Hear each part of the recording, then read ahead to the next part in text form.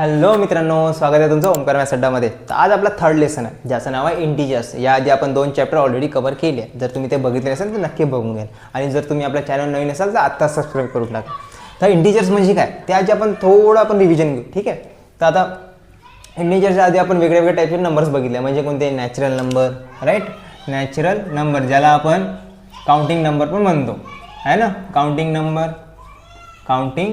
Numbers. तर counting numbers म्हणजे काय, 1 2 3 4, राईट. 1 2 3 आणि सो ऑन. त्यानंतर होल नंबर्स माहीत आहे आपल्याला, whole numbers, right. Whole numbers म्हणजे काय, ज्याची सुरुवात 0 पासून होते, जे नंबर 0 पासून सुरू होते, 0 1 2 3 अँड सो ऑन. तसंच इंटिजर्स आहे. आता इंटिजर्स म्हणजे काय, इंटिजर्स म्हणजे ज्यामध्ये पॉझिटिव्ह निगेटिव्ह नंबर्स येतात. आता ते कसे, म्हणजे ज्याच्यामध्ये 0 पण येतात, पॉझिटिव्ह नंबर. आता याच्यासमोर काहीच नाही म्हणजे प्लस आहे, +2 +3 अँड सो ऑन. म्हणजे आणखी -3 -2 -10 वॉट एव्हर जे काही आहे ते 0 आणि प्लस किंवा मायनसवाले. आणि ज्याच्यासमोर काहीच नाही राहत ते पण प्लसच राहतात, म्हणजे पॉझिटिव्ह नंबर्सच राहतात. आता हे आहे नंबर लाईन. आता आपण याच्यामध्ये 0 घेतला सेंटरला, ओके. तर 0च्या राईट साईडने राहतात पॉझिटिव्ह नंबर्स, म्हणजे +1 +2 +3 +4 सो ऑन, ओके. 0च्या लेफ्ट साईडने राहतात निगेटिव्ह नंबर्स, म्हणजे मायनसवाले नंबर्स, -1 -2 -3 -4 अँड सो ऑन.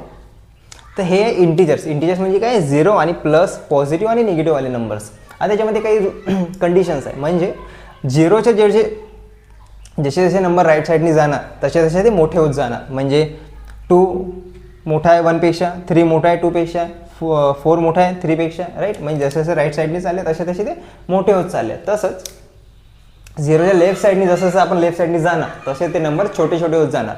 म्हणजे आता फॉर एक्झाम्पल -4 म्हणजे -4 आणि -1 यापैकी कोण मोठा आहे, तर कोण मोठा आहे, -1 मोठा आहे. तर आपल्या पॉझिटिव्हमध्ये काय होते, कोण मोठा आहे, तर 4 मोठा आहे, राईट. त्याच्यामध्ये बिलकुल अपोजिट कंडिशन येऊन जाते. म्हणजे मायनसमध्ये जेवढा मोठा नंबर त्याची व्हॅल्यू तेवढी छोटी. म्हणजे आपण इथे दाखवलं आहे -1 मोठा आहे -4पेक्षा, राईट. तर हे असं आहे, म्हणजे जेवढे राईट साईडने जाणार तेवढे ते मोठे होत जाणार, आणि जेवढे लेफ्ट साईडने जाणार तेवढे ते छोटे होत जाणार.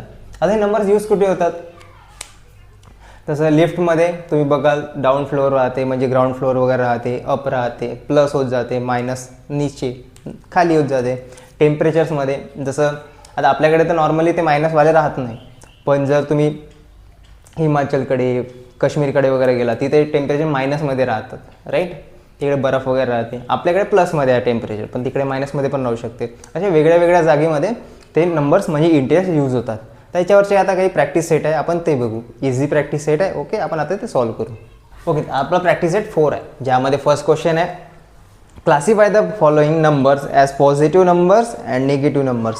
आपल्याला फर्स्ट याच्यामध्ये पॉझिटिव्ह नंबर्स कोणते आहे आणि निगेटिव्ह नंबर्स कोणते आहे ते बघायचे. त्यासाठी आपण 2 कॉलम केले आहेत, राईट. पॉझिटिव्ह नंबर आणि निगेटिव्ह नंबर. तर पॉझिटिव्ह नंबर इकडे लिहायचे आणि निगेटिव्ह नंबर इकडे लिहायचे. तर पॉझिटिव्ह नंबर म्हणजे काय, ज्या नंबरच्या समोर प्लस आहे, आणि निगेटिव्ह नंबर म्हणजे काय, ज्याच्या नंबरच्या समोर मायनस आहे, ओके. इझी. तर आपण आता सॉल्व करू. फर्स्ट काय आहे, -5. त्यानंतर अरे सॉरी इथे नाही आहेत, काय तुम्ही मला सांगून पण नाही राहिलेत, है ना. चला, +4 नंतर -2 इकडेच, नंतर 7. आता 7च्या समोर काहीच नाही म्हणजे तो पॉझिटिव्ह आहे, राईट. पॉझिटिव्ह आहे ना. त्यानंतर +26 मायनस आहे म्हणजे निगेटिव्ह, -49.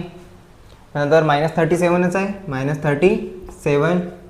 त्यानंतर 19च्या समोर पण काहीच नाही म्हणजेच काय येतं, प्लस आहे, ऑब्व्हियसली पॉझिटिव्ह आहे. त्यानंतर 19 तर झालं आहे, आता -25 म्हणजे निगेटिव्ह आहे तो. नेक्स्ट प्लस पॉझिटिव्ह, +8 नंतर 5 पण पॉझिटिव्ह आहे, नंतर -4, नंतर -12, नंतर 27 प्लसच आहे 27. अगदी इझी होता ना क्वेश्चन. आता सेकंड मला बघू. आता सेकंड क्वेश्चन बघा काय आहे त्याच्यामध्ये. Given the below are the temperature in some cities right then using the proper science. आपल्याला काही सिटीचे टेम्परेचर दिले आहे, आपल्याला त्याचं प्रॉपर साईन यूज करायचे आहे. आता थोडा माझा टेबल इकडे वाकडा गेला कारण की माझी स्केल दिसून नाही राहिली होती. ठीक आहे, थोडं ॲडजस्ट करा. आता आपण बघू. Shimla 7 degree below 0 degree Celsius. आता काही शब्द आहे. आता बिलो आता इथे टेम्परेचर दिलं आहे, पण मी आता सांगून देतो काय असे प्रॉफिट वगैरे राहिलं, प्लस तर उडकूच येते, ग्रो झालं म्हणजे प्लसच झालं. असं ज्या नंबरने असं वाटून राहिलं की प्लस झालं तिथं आपण काय करतो पॉझिटिव्ह नंबर्स लिहितो. म्हणजे ग्रो होणं, प्रॉफिट झाला म्हणजे प्लसच झालं, प्लस म्हणजे आपल्याला माहीतच आहे ना.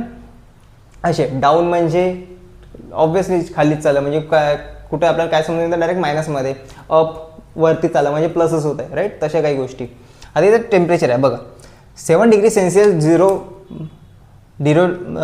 7 degree Celsius below 0 degree Celsius.